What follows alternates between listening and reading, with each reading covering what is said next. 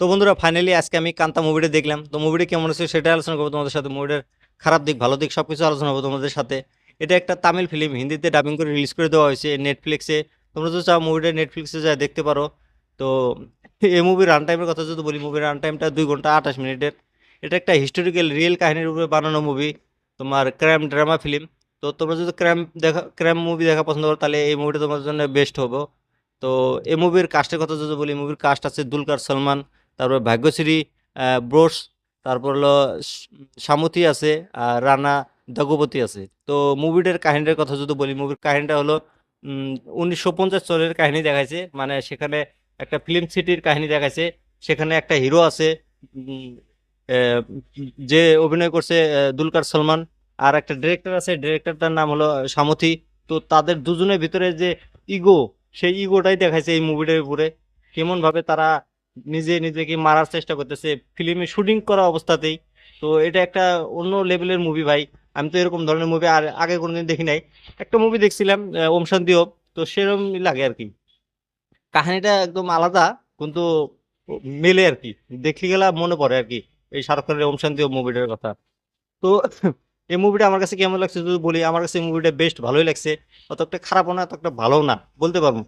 তো এই মুভিতে অভিনয়ের কথা যদি বলি, এই মুভিতে একটা সিন আছে যেখানে মানে আহ, সলমানকে বলে, ডিরেক্টর বলে যে তুমি 5 পা হাঁটে যাবে, 5 পা হাঁটার লগে লগে এক এক পায়ের উপরে এক এক ধরনের এক্সপ্রেশন দিবা, মানে অভিনয় করে দেখাবে। তুমি যদি নিজেকে বহুত বড় মানে অভিনেতা মনে করো, তাহলে এরকম করে দেখাও। তো বেচারা সেরকম করে দেখায়। সে সিনটা অসাধারণ সিন ছিল ভাই, মাইন্ড ব্লোয়িং।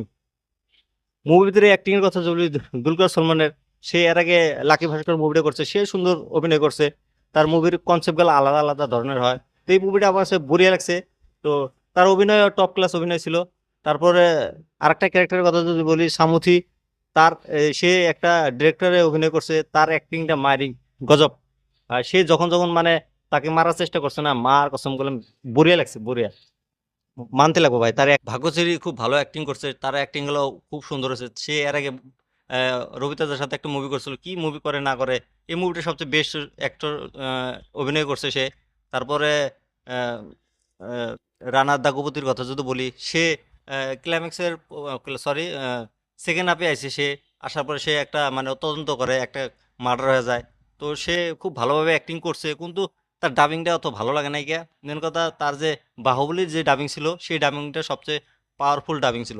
তো সেরকম ডাবিং করলে আরো ভালো হতো মুভিটা। তো বাকি সবার অ্যাক্টিং টপ ক্লাস ছিল। আর সুপঞ্জাব সনের যে সিনারি গুলা, সেই সিনারি গুলা খুব ভালোভাবে দেখাইছে মুভিটার ভিতরে। বাকি আমার এই মুভিটার ভিতরে একটা খারাপ লাগছে, লাস্টের হাফটা অল্প খারাপ লাগছে। মানে মুভিটা প্রথম হাফটা সবচেয়ে বেস্ট ছিল। মানে মার্ডার হয়ে যাওয়ার পরে এই রানা দগবতী যখন বাড়ায়, তখন থেকে মুভিটা একটু স্লো হয়ে গেছে। লাস্টের ক্লাইম্যাক্সটা অল্প ভালো আছে। তো চলে এভারেজ মুভি। তোমরা যদি চাও মুভিটা যে দেখো নেটফ্লিক্সে, দেখে আমাকে কমেন্ট করে বলো মুভিটা তোমাদের কাছে কেমন লাগছে। তো আর এই রিভিউটা তোমাদের কাছে কেমন লাগছে সেটা আমাকে জানিয়ে দিও।